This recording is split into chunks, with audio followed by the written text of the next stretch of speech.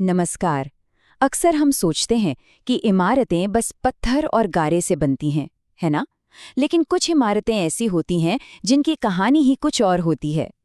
तो आज हम एक ऐसे ही मंदिर के सफर पर चल रहे हैं जिसकी दीवारें किसी एक राजा ने नहीं बल्कि एक पूरे समुदाय की आत्मा ने मिलकर बनाई हैं। ये एक ऐसी जगह है जहाँ की हर एक नक्काशी लोगों के विश्वास और उनकी समृद्धि की एक कहानी कहती है। और इस कहानी को समझने के लिए चलिए इस एक किस्से से शुरुआत करते हैं। एक ऐसा समय था जब इलाके में अकाल पड़ा और तब इसी मंदिर के खजाने को लोगों की मदद के लिए खोल दिया गया। तो आप समझ सकते हैं, ये मंदिर सिर्फ पूजा पाठ की जगह नहीं थी, बल्कि सच में लोगों के लिए एक जीवन रेखा थी। एक ऐसा केंद्र जिसका असल मकसद सिर्फ आध्यात्मिकता नहीं, बल्कि पूरे समुदाय की भलाई सुनिश्चित करना था। तो यहीं से ये बात एकदम साफ हो जाती है ना, कि इस मंदिर की पहचान अपने लोगों की आर्थिक और सामाजिक खुशहाली से कितनी गहराई से जुड़ी हुई थी। ये सिर्फ कोई आध्यात्मिक केंद्र नहीं था, बल्कि ये उस समुदाय के जीवन का एक धड़कता हुआ दिल था। तो आखिर ये मंदिर किस देवी को समर्पित है? ये मंदिर है देवी महालक्ष्मी का, जिन्हें हम सब धन, समृद्धि और भाग्य की देवी के रूप में जानते हैं।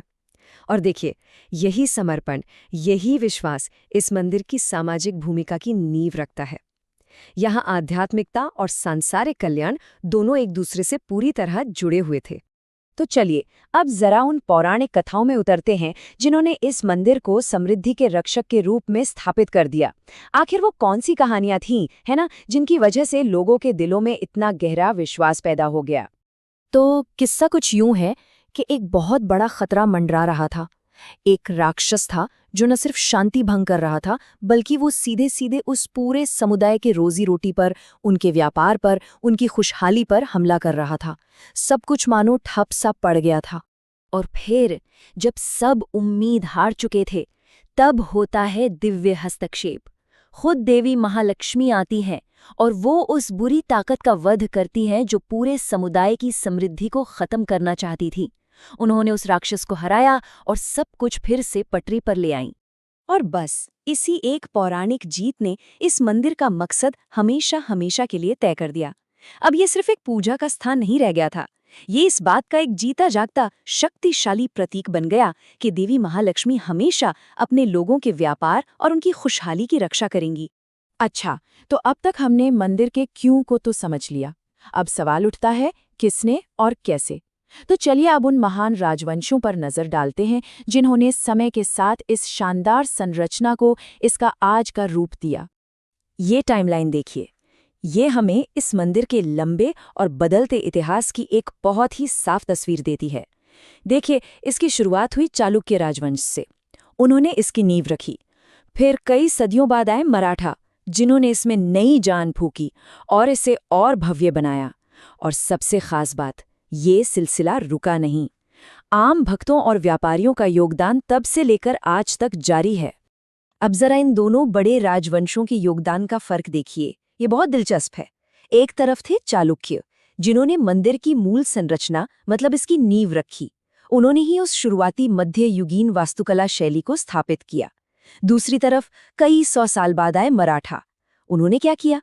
उन्होंने मुख्य गर्भगृह का नवीनीकरण किया, खूबसूरत नक्काशी वाले बड़े बड़े हॉल जोड़े और नवरात्रि जैसे भव्य त्योहारों की शुरुआत की, जिसने मंदिर को एक सांस्कृतिक केंद्र भी बना दिया।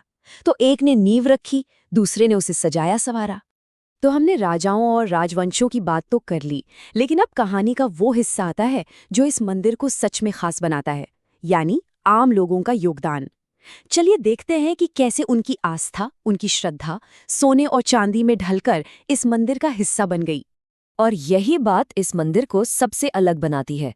इसकी वास्तुकला की कहानी सिर्फ राजाओं महाराजाओं ने नहीं लिखी, बल्कि स्थानीय व्यापारियों ने और आप हम जैसे आम भक्तों ने इसमें अपने अपने अध्याय जोड़े। ये मंदिर सिर्फ सत्ता का प्रतीक नहीं था, इसकी असली कहानी तो तब पूरी हुई जब लोगों ने इसमें अपना विश्वास और अपनी समृद्धि का निवेश किया। और ये योगदान थे क्या, जरा सोचिए। गर्भगृह को सजाने के लिए सोने की परत चढ़ाई गई। जब बड़े स्तर पर मरम्मत का काम हुआ तो व्यापारियों ने मिलकर खूबसूरत नक्काशीदार चांदी के दरवाजे लगवाए। दीवारों पर पौराणिक कहानियों को केरा गया। यहाँ तक कि शहर भर की समृद्धि के लिए होने वाले अनुष्ठानों का खर्चा भी यही लोग उठाते थे। तो आप देखिए, ये सिर्फ दान या चढ़ावा नहीं था, ये लोगों के गहरे विश्वास और उनकी भागीदारी का पक्का सबूत है।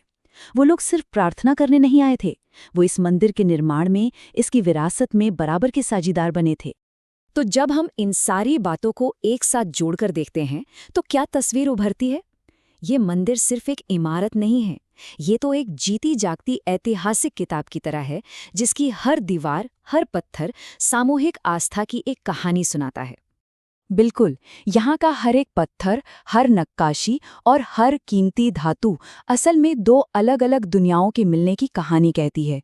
एक तरफ राजाओं का संरक्षण और दूसरी तरफ आम लोगों की अटूट भक्ति।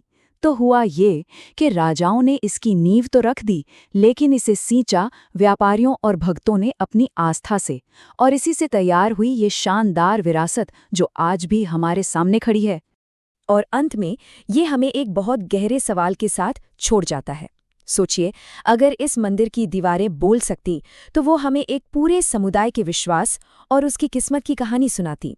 ये मंदिर अपने समय के मूल्यों की कहानी कहता है, विश्वास, समुदाय और साझा समृद्धि। तो सवाल ये है कि आज से सैकड़ों साल बाद हमारी आज की इमारतें, हमारे आज के स्मारक, हमारी पीढ़ी के बारे में, हमारे बारे में क्या कहानियां सुनाएंगे?